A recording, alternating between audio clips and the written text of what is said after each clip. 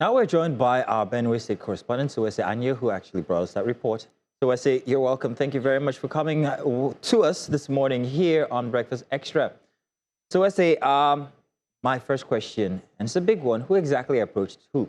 Is it the federal government that's making this proposal to Benue State, or is Benue State actually making an indication of interest in the ranching proposition?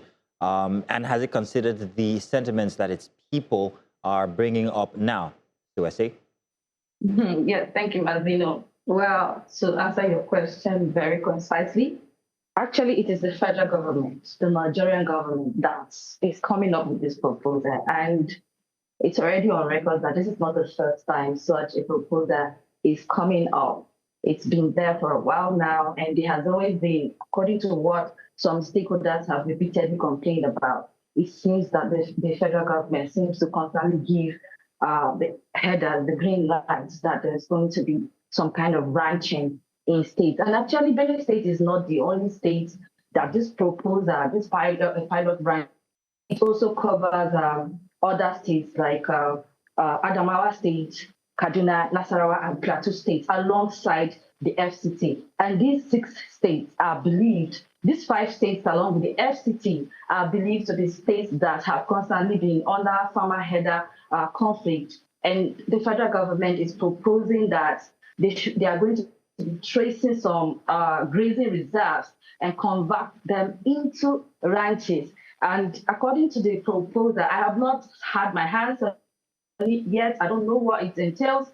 I don't know the details involved in that proposal. But what the ones I have, the information I have available to me, they want to end the insecurity in these states by making reserves, ranches available. Now, the question that stakeholders and Benue residents are asking is, how did you come about this plan? Who did you consult first before you felt that the solution to the farmer-header clashes is the establishment of ranches in Benue State and other parts of the country that were equally involved are also part of the plan? Adamawa, Nasarawa, Plateau, and the FCT. So Kaduna State. So these are some of the questions. So yes, the government, the federal government is the one that is approaching Benue.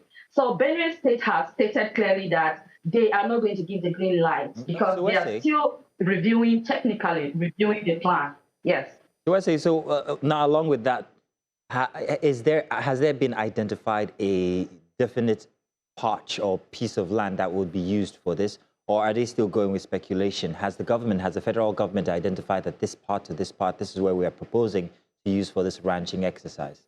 Well, like I said earlier, I have not set eyes on the proposal. I don't know what it looks like. I don't know the conversations or the dialogue that the federal government has had with the Benue State government. However, what I know is that I've spoken with a couple of persons who have been actively involved in the anti-open-grazing law. Some of them were even part of those that actually drafted that law, and before it was eventually made a thing in Benue State. And they stated clearly that, yes, there are a couple of land that was earmarked for whatever ranching or all of that, grazing reserves rather, but they were not gazetted.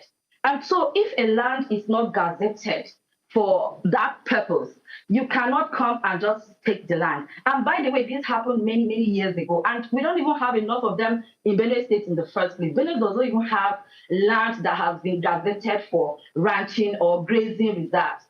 Maybe 1 or 2 informally, but it has not been written down or gazetted that, okay, this place is a ranching, it's a grazing reserve. This place is a grazing reserve. Compared to other states that may have up to 15, 20 of such gazetted land for such purposes. For Benue, we do not have. And with the population currently, I don't want to even begin to imagine that Benue people are even fighting for land because it's not enough. Within themselves, they are fighting for land because the land is no longer enough because of the population. So the question is, if the people in Benue are fighting for land because the land is no longer enough, how is it possible that somebody just wakes up one day and comes and says, okay, we need this part of the land to create a ranching for herders to come and rear their cattle? And the argument is that the Fulani herders are And they are a private entity. They are business people. So you cannot come and take somebody's land and say, I want to give another person to do business. It's just like saying you want to go to another northern state, for instance, now, and take their land and give chief people and say, oh, yeah, you people should farm your yams here, because the chief is a farmer, farm yam. So it's just like saying we are not moving the chief people from Benue State and taking them to, let's say, maybe Borno, and telling them, oh yeah, start farming yams in Borno State. We have given you land. Put the land together and farm yam. It will not work. So apart from the fact that this plan has a lot of issues from the reactions of residents, it's also a question of culture. The Fulani is a nomadic. How do you expect him to stay in a ranch? So a lot of people are raising concerns that by creating that ranch, you are creating more problems, because they may not be able to stick to the original plan of being within that ranch. After a while, they may seek to move. They may seek to want more, and that is where the problem will begin. And the issue of land dispute will come up once again. So these are some of the concerns in Benue currently. Well, Sewuese, thank you for that. You've mentioned literally all the concerns, but of course, one of the concerns that the citizens had mentioned was that the federal government should focus on, the displaced communities and help people first before talking about that. And of course, they also talked about how you're supposed to rent from the farmers since they're business people. Now, in all of this and all of the concerns that the citizens are talking about, one of them also mentioned the situation where they did not have a proper dialogue as to find out what the people really need. Have you been able to talk to the authorities, the government? What are they saying in terms of this situation? Are they going to go back to the books to reconsider the residents, or they will still move ahead with this plan? Okay, thank you very much. Yeah, like you said, yes, the concern is that people are still displaced. We've not dealt with that issue yet. People are traumatized. In fact, right now in Benue, whenever a Benue person sees a cow or sees some headers moving, they are usually traumatized. They are scared. They start running away. So we've not dealt with that issue of trauma. We've not dealt with the issue of displacement. So this particular plan coming at this point has come off a bit insensitive, if you ask me. However, like you said, the government, after a lot of backlash, because when the proposal came, the government did not react to it. It was absolute silence. And then residents began to ask questions. How come the government is keeping quiet when such a proposal has come up?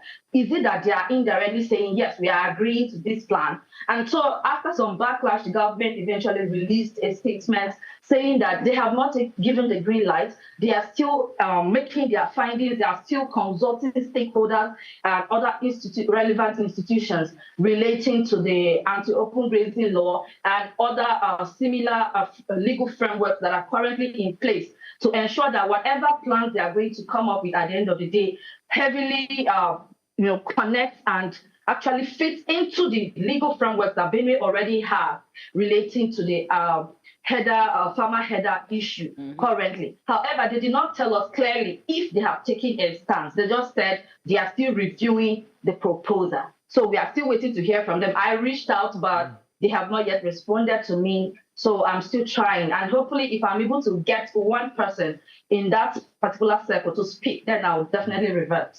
Thank you. Sewuese, you're from Benue, aren't you? Yes. How invested are you in all of this?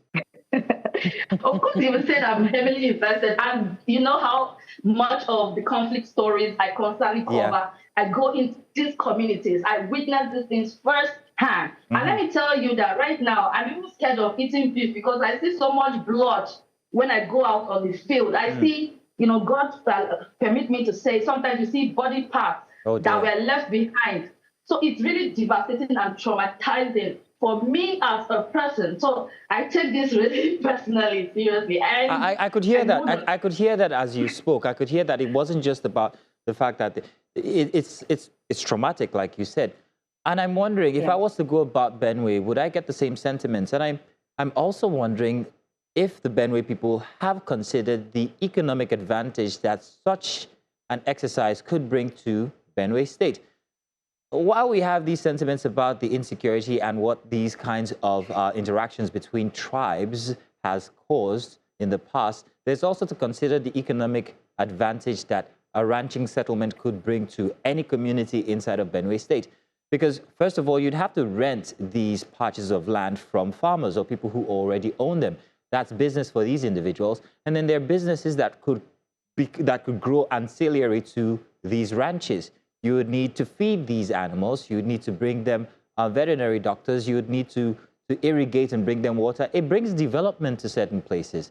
If you've ever been to the Obudu Cattle Ranch, it is a ranch and it's used as a resort as well. And people go there just to see these animals and see the terrain. So I'm wondering if these sentiments could be displaced by the thought of the advantage, economic advantage, that a ranching settlement could bring to the Benue people. Has anybody considered it? Have you considered it?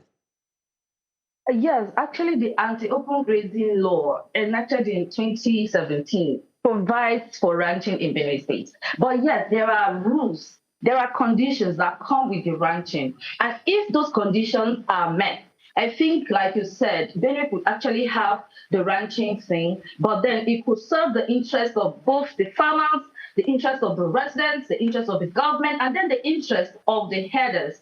And that means that nobody is selling land to anybody to create a ranch.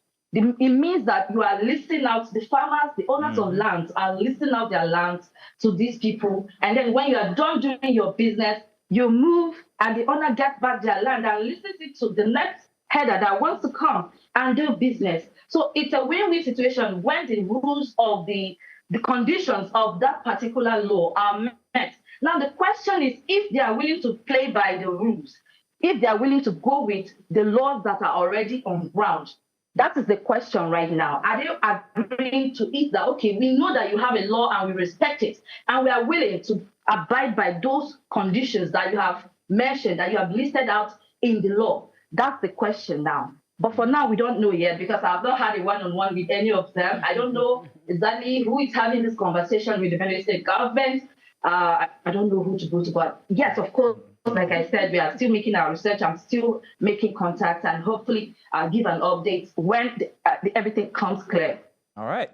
Well, so I want to say thank you for this report. And, you know, this report kind of opened the question to, do they communicate with the people they're trying to govern to find out the best way possible for them to have a good life? And for communities to say, forget about me making money, fix the communities that have been affected.